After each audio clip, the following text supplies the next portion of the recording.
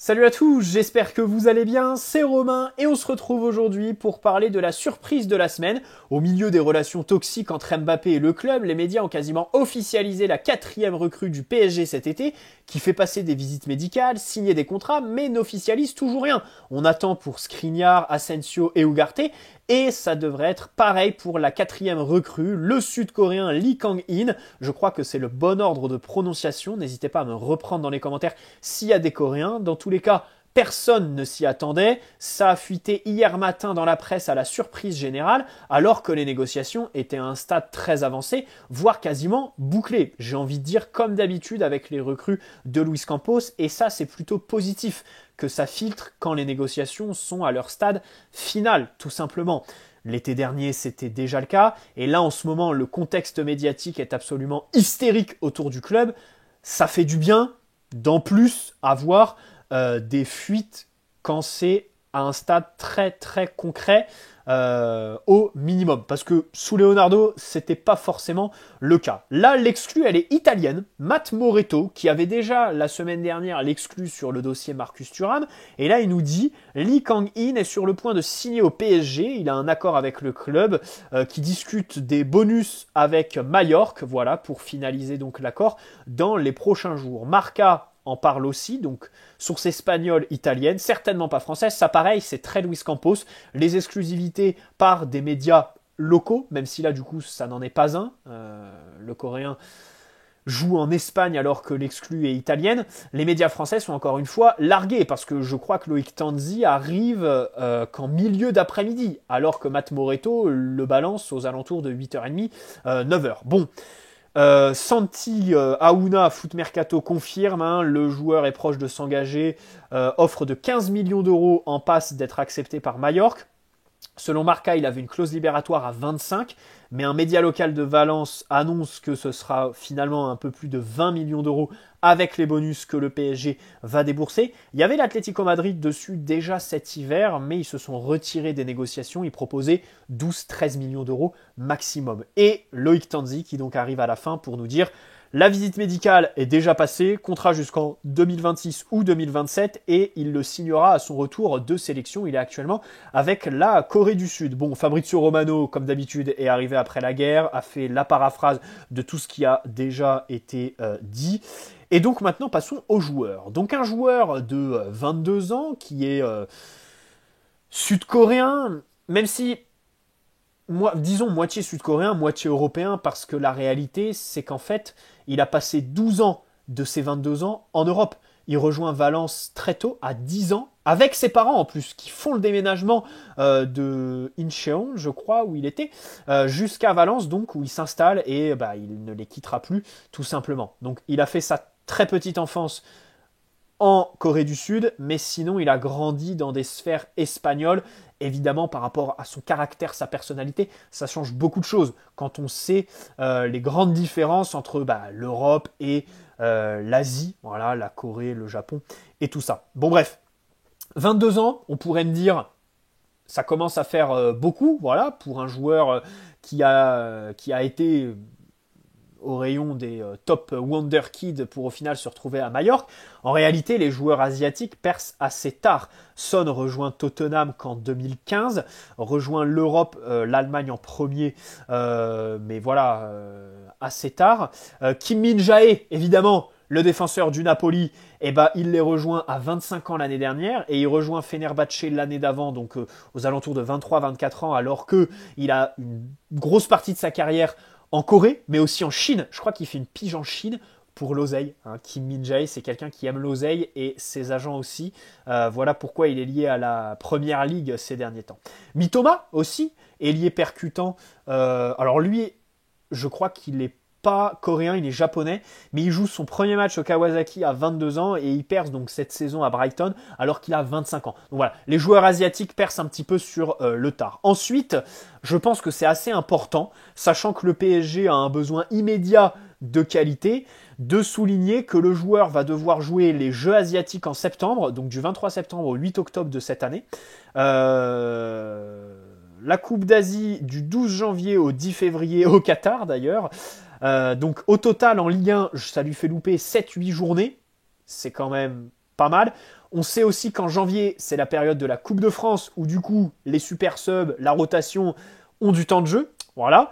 Et ensuite, il y a le service militaire en Corée du Sud. Alors ça, tout le monde l'a vu depuis hier dans les médias. Il faut faire 2 ans de service militaire avant ses 30 ans. Donc, tu seras appelé au maximum à 28 ans.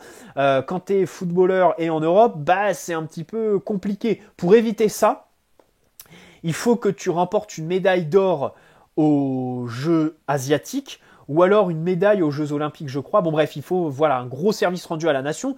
Donc dans tous les cas, le joueur va absolument vouloir jouer ces 2 compétitions que sont les Jeux asiatiques et la Coupe d'Asie parce que c'est par ces biais-là qu'il pourra s'éviter le service militaire. Par exemple, Heung-min Son, il a médaille d'or en 2018 aux Jeux asiatiques, ce qui fait qu'en 2020, il est exempté des 2 ans de service militaire, il fait juste 3 semaines et 500 heures de travail d'intérêt général. Là-bas, c'est obligatoire. Si tu le fais pas, tu encours une peine de prison. Donc tout ça, évidemment, sont à prendre en compte et franchement, je suis assez réticent. Voilà, c'est comme les joueurs africains qui auront la CAN au mois de janvier. Par exemple, il y a des gens qui soumettent l'idée Sadio Mané pour remplacer Mbappé en cas de départ.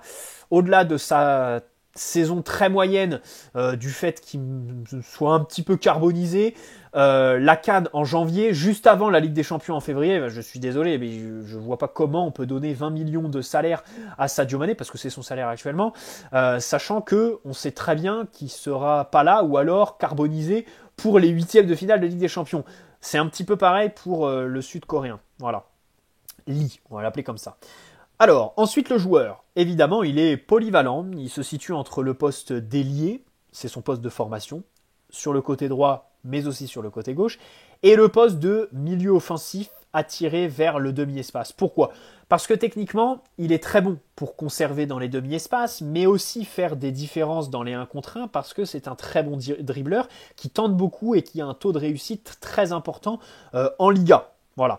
Mais il peine à porter le ballon sur 30 mètres. Une fois qu'il a fait son dribble, c'est compliqué pour lui d'enclencher sur une conduite de balle ou de la verticalité. C'est plus quelqu'un qui va faire déboucher ses situations sur des passes, par exemple. Voilà. Il déborde pas. C'est pour ça qu'on peut nuancer le fait qu'il soit ailier. C'est pas quelqu'un qui va coller la ligne et te courir sur 60 mètres. Voilà. Il préfère repiquer dans l'axe vers le demi-espace. Sa finition est pas extraordinaire, même si ces derniers temps, il a progressé. Et bien sûr, il faut remettre dans son contexte, Mallorca est une équipe de milieu, voire bas de tableau de Liga. C'est quand même très très faible. Donc bien sûr que le volume d'occasions créées est différent de chez nous. Le niveau technique l'est aussi. Et bien sûr qu'au PSG, il aura beaucoup plus d'occasions, on va dire, ou alors beaucoup plus de situations confortables. Parce qu'en réalité, si sa finition est mauvaise, c'est parce qu'il tire de loin et de positions qui sont assez mauvaises. Voilà, entouré de joueurs, sous pression, avec des angles de tir qui sont quand même très réduits. Au PSG, bon, Carlos Soler a mis quelques tapines cette saison parce qu'on évolue dans le dernier tiers de l'adversaire la plupart du temps sur un match.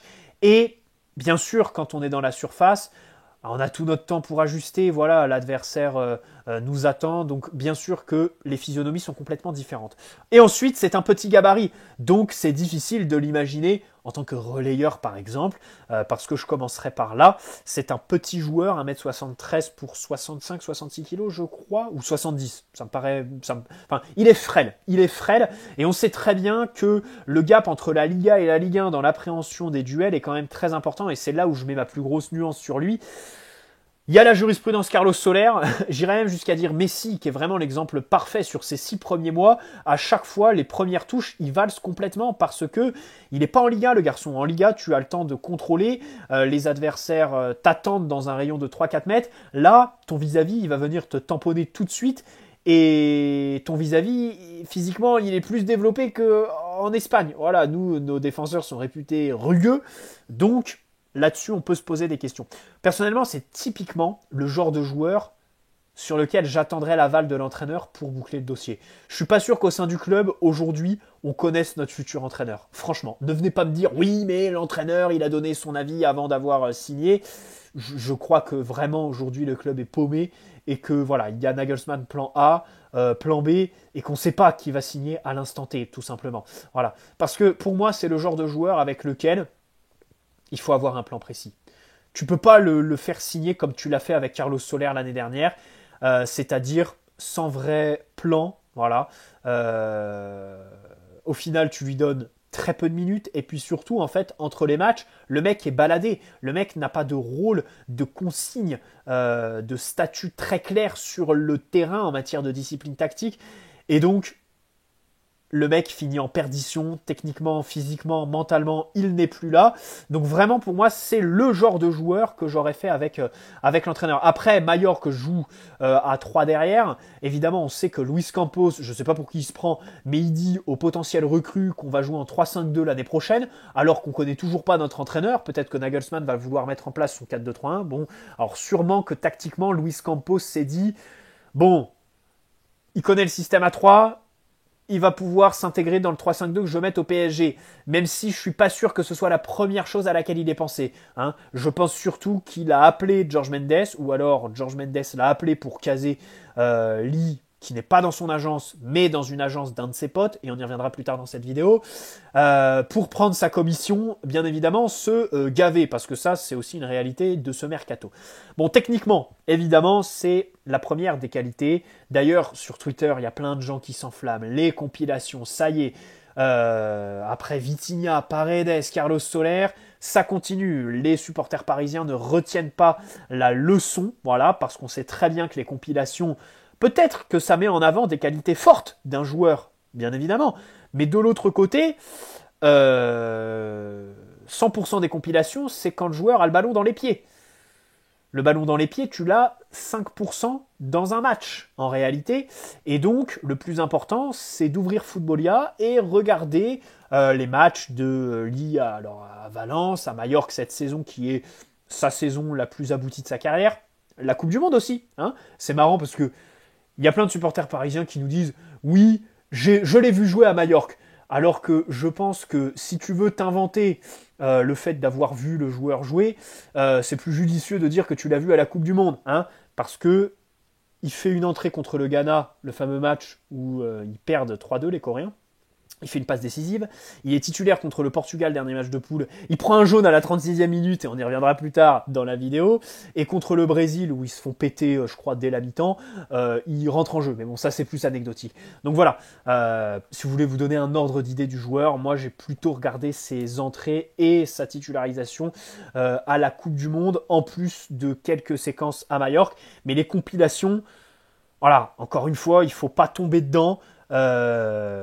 Parce que en fait on l'a fait trop de fois. Mais ceci dit, techniquement c'est évidemment un très bon joueur hein, qui a du ballon, voilà, pour conserver, orienter et distribuer. Ses premières touches de balle sont plutôt bonnes. Alors d'abord parce qu'il maîtrise la feinte, ça c'est intéressant.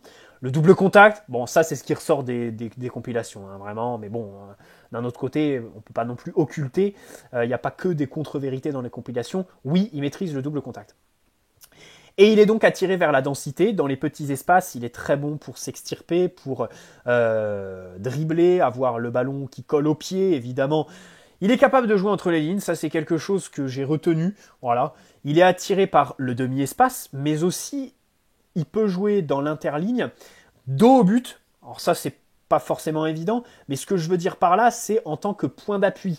C'est assez intéressant pour Nuno Mendes, qui est friand des passes appuyées vers l'axe. On se rappelle, hein, sur ses premiers matchs, il faisait quasiment que ça.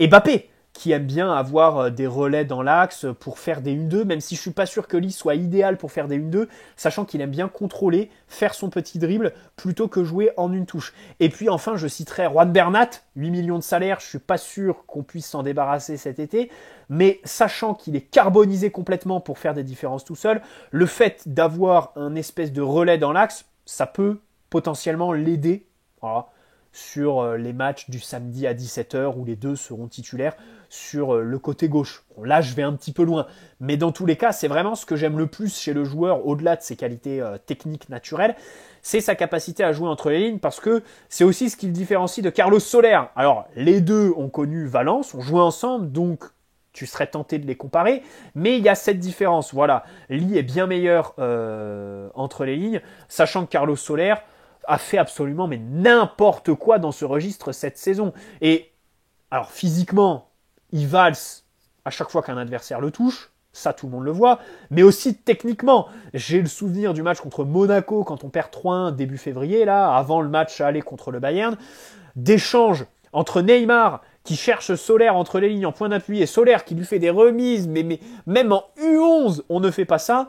Bon, je me dis peut-être qu'avec Lee, on va passer un gap dans cette dimension-là. Son centre de gravité est assez bas, donc bien sûr, il a une aisance pour éliminer l'adversaire, mais comme je l'ai dit, derrière le dribble, c'est compliqué pour lui d'enchaîner sur une course, de porter le ballon, alors que pour moi, ça devrait être justement une prérogative principale des joueurs qu'on recrute cet été. Vraiment capable de porter le ballon, de faire des différences, d'apporter de l'explosivité, voilà, d'aller titiller la verticalité, la profondeur aussi, être capable de, sans ballon, se déplacer derrière la ligne défensive. Ça, il n'en est pas capable. Et je le regrette parce que ce genre de recrue, je veux bien m'en réjouir, mais je ne m'en réjouirai pas tant que le PSG n'aura pas signé ces 3 ou 4 titulaires qui sont une nécessité, et 2, 1 ou 2 ailiers percutants explosifs, comme je ne fais que de le répéter dans toutes mes vidéos. Voilà. Le dernier tiers. Alors, Lee ne l'appréhende pas très bien. Sa finition, je suis revenu dessus plus tôt dans la vidéo, mais globalement, voilà, dans le dernier tiers, se déplacer dans la surface, par exemple, c'est pas vraiment là où il est le plus à l'aise. Peut-être que là-dessus, un Carlos Soler, justement, serait un poil meilleur que lui. Même si, bien sûr, à 22 ans, Lee a une marge de progression plus importante que Carlos Soler, qui en a 25. Défensivement, alors il presse pas mal, il fait des efforts, c'est un joueur total là-dedans. Maintenant, les replis, bon, ils sont pas très intelligents, quoi. Et puis surtout, ça aussi, c'est quelque chose qui me fait peur, il a pris 10 cartons jaunes en 36 matchs de Liga cette saison. Voilà, 2 cartons jaunes, 1 rouge l'année dernière. Et déjà à Valence, il prenait des cartons rouges idiots sur des matchs où il rentre en jeu. Et du coup, il se fait expulser bêtement quelques minutes après.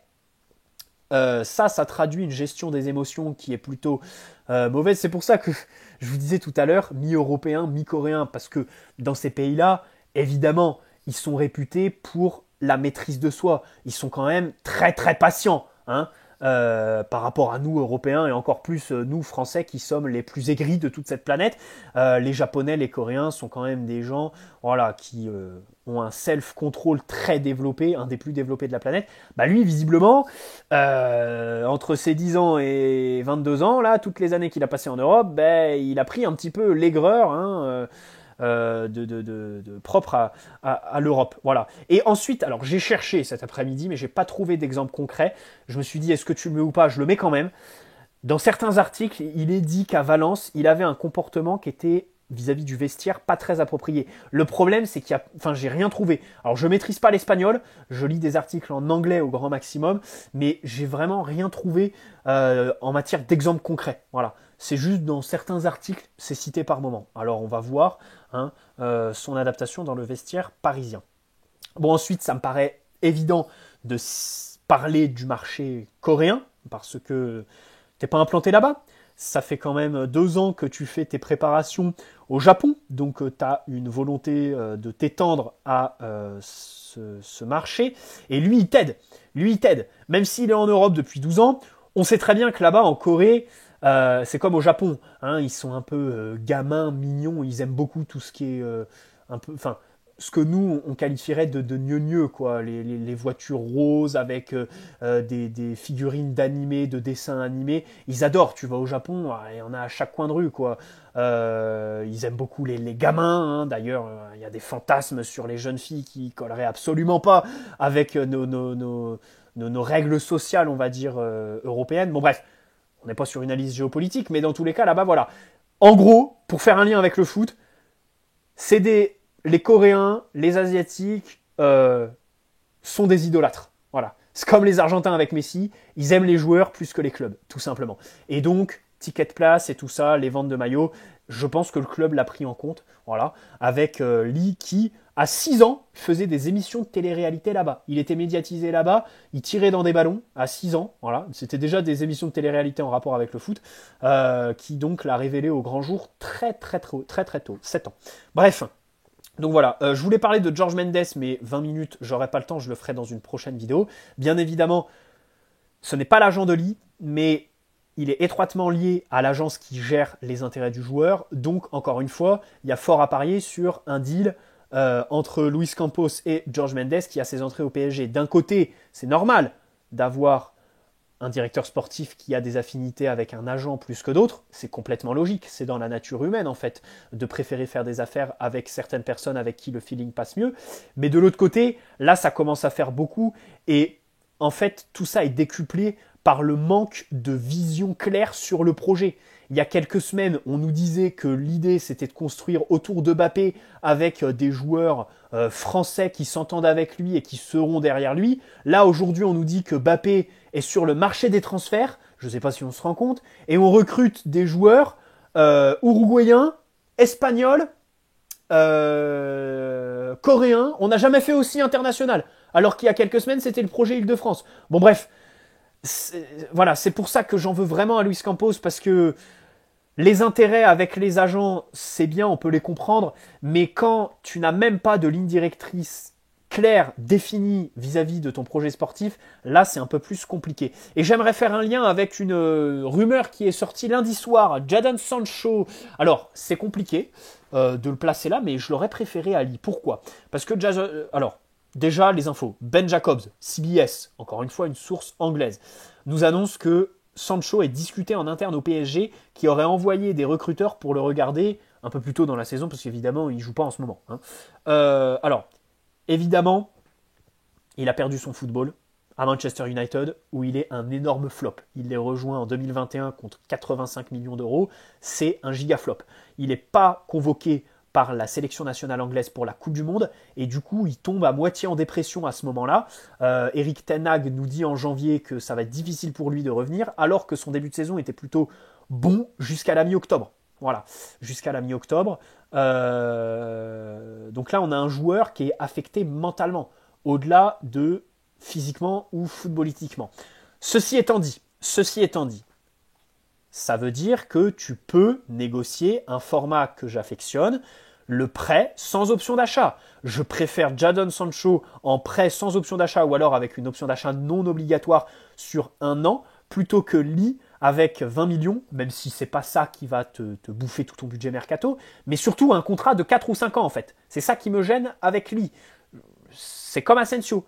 Je préfère recruter Sancho sur 1 an plutôt que donner des années de contrat à des mecs dont on connaît déjà l'issue. Enfin, franchement, ces mecs-là, il y a 70% de chances que ça finisse au loft. On le sait très bien parce qu'au PSG, t'es pas valorisé, t'es trimballé partout. Bref, je l'ai développé. Donc vraiment, Sancho, et puis surtout, au-delà de son flop à Manchester United, je pense qu'il ne faut pas oublier ces 3 années pleines en Bundesliga où le mec te plante but et passe décisive. Sa relation avec Hakimi, tiens, qui pourrait être remis au bout du jour au PSG, et puis surtout ses qualités fortes, son talent qui est indéniable. Ne me dites pas que Jadon Sancho a perdu ses qualités techniques sur les 2 dernières années à Manchester United. Et surtout par rapport à Lee, c'est quelqu'un qui appréhende beaucoup mieux le dernier tiers du terrain, voilà, dans le dernier geste, pour faire des passes décisives, des buts, ses statistiques sont beaucoup plus gonflées, même si il évolue dans des contextes collectifs qui sont un peu mieux que Lee. Mais surtout, Sancho est plus rapide et plus vertical que Lee. Une fois qu'il a éliminé un joueur, il est capable de porter le ballon, Sancho. Donc ça, pour moi, c'est vraiment ce qui fait toute la différence. Quitte à faire les poubelles des clubs et relancer des joueurs, je préfère relancer un mec qui est en échec à Manchester United, club de Première Ligue, plutôt que de relancer un mec qui a été en échec à Valence et qui peine à se relancer à Majorque, parce que même si sa saison est plutôt réussie, il n'a pas non plus pléthore de prétendants. L'Atlético Madrid s'est retiré. Il y a des clubs de milieu de tableau Première Ligue qui sont dessus, mais certainement pas du top européen. Vous l'avez compris, je suis très nuancé sur Lee. En fait, je fais cette vidéo parce que je vois plein de gens s'extasier sur le joueur sur les réseaux et j'aimerais quand même apporter de la nuance. J'y vais peut-être un peu fort, mais c'est pour nuancer un petit peu la tendance globale qui est en train de s'amorcer chez les supporters parisiens. Bonne soirée à tous, n'hésitez pas à poser un like si cette vidéo vous a plu, vous abonner si ce n'est pas déjà fait, et on se retrouve demain ou après-demain pour de nouvelles aventures. Ciao les amis.